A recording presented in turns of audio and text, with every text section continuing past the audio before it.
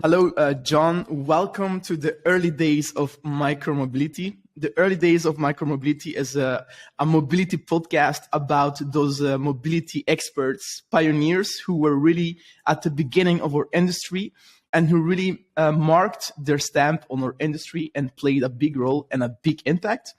So the podcast is kind of like to thank you, but also to kind of like learn more about yourself, your team, your passion, and why you did what you did to really achieve the things you achieved. So thank you very much for your time, and I am very excited to have you on the podcast. Me too, Konstantin. Thank you. I'm a big fan of yours. All right, thank you very much. So I'm going to jump right into the questions. With every founder that comes on this podcast, we always ask about their own personal journey. To kind of like set the tone of the interview. So please tell me more about your professional life before you joined mobility, because I want to understand what triggered you to really join mobility that early, because you were really, really early. So that's really interesting to know. So please tell us. Well, Konstantin, I originally came out of the press. I was in the media. I worked for quite a few years at Business Week magazine, which was the main American business news weekly. So I had a real interest in entrepreneurship, and business, and big economic trends. And I was actually the Europe editor of Business Week. And so one of the things that has really fascinated me all my life, and I have a big passion for, are cities. I grew up in the heart of New York City in Manhattan. I've always lived in cities. Cities are where big ideas take place, big economic and societal trends take place. So, and I think if I look at my life, I think that's been the one sort of big trend throughout is this fascination with cities and how they develop in time. So I left the press. I left Business Week in about 2005, about 15 years ago, and I think I saw the writing on the wall for the print press. Luckily, it was destined to happen, right? It was destined to happen, but I think I kind of anticipated it. Luckily, I suppose. But it was also, I wanted to do something different. And I was approached by a very big French communication conglomerate called Publicis, which is one of the big forces in global advertising and media. Yep. And they had grown very quickly to be an international company, but was still managed as a kind of French concern. So I think they wanted someone who knew the world, who was at home in Europe, but also in the United States, etc. So I joined them as head of public affairs and international strategy.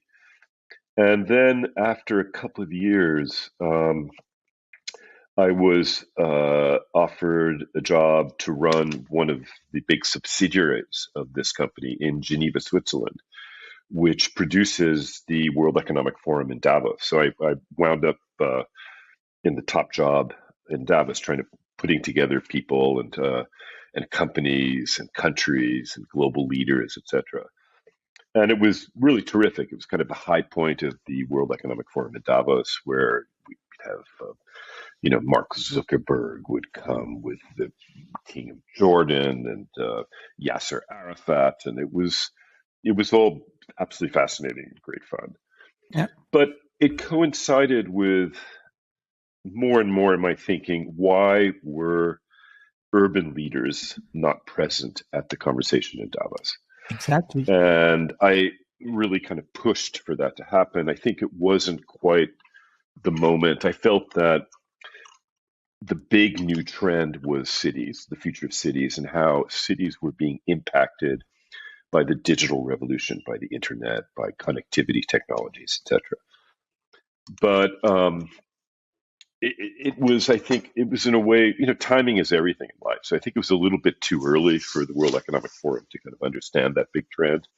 So I felt that the idea of bringing together public sector leaders, private sector leaders, sector experts to look at big problems, which is the kind of World Economic Forum methodology, was very well adapted to the city. Nobody owns the city. Okay. So I decided to launch my own nonprofit foundation institution called the New Cities Foundation to look at the impact of new technologies on city building throughout the world. And we hit the ground running. We had a lot of support from some corporate tech corporates like Cisco, Ericsson, General Electric, and others. And so I think we anticipated this sort of smart city trend that was just starting to happen. So I ran this new institution. And that was around 2010, right? Yes, around 2010, exactly. And when you look at cities, you very, very quickly come to the mobility and transportation scene. So one of our first, and this is way before micromobility, way before autonomous vehicles, etc.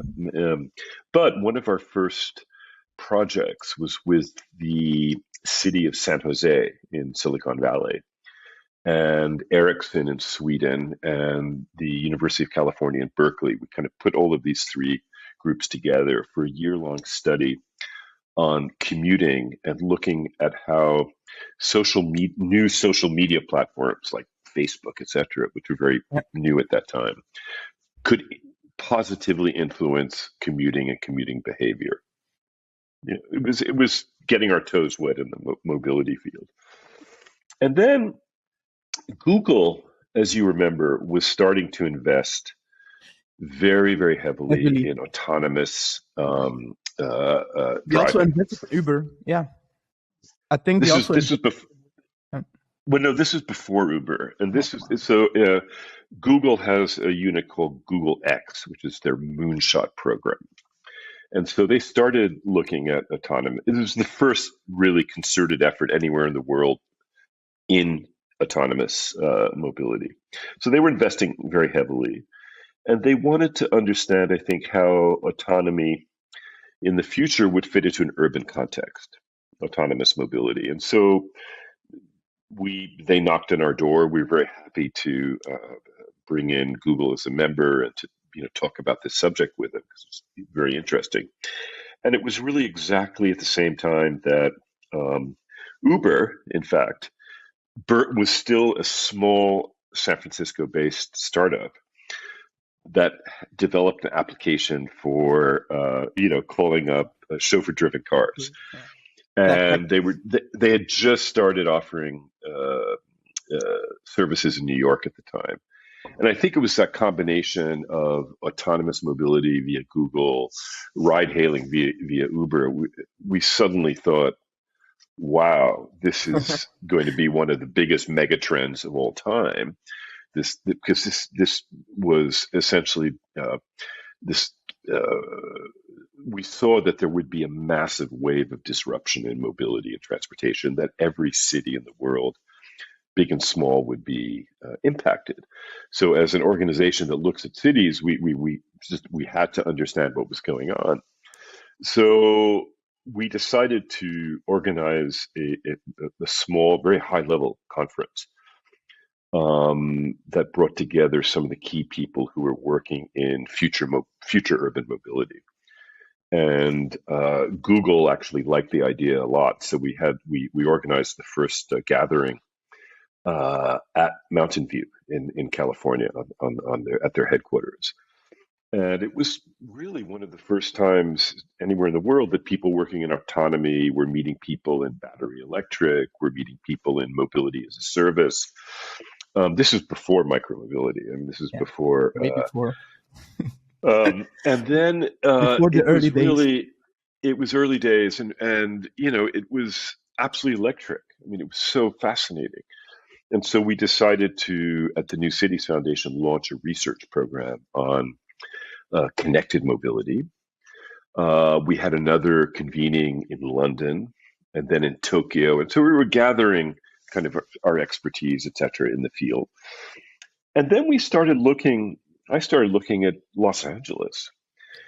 which is a city that I really didn't know that well. And as a New Yorker, I always kind of hated Los Angeles, too many cars, etc. It wasn't a city I understood.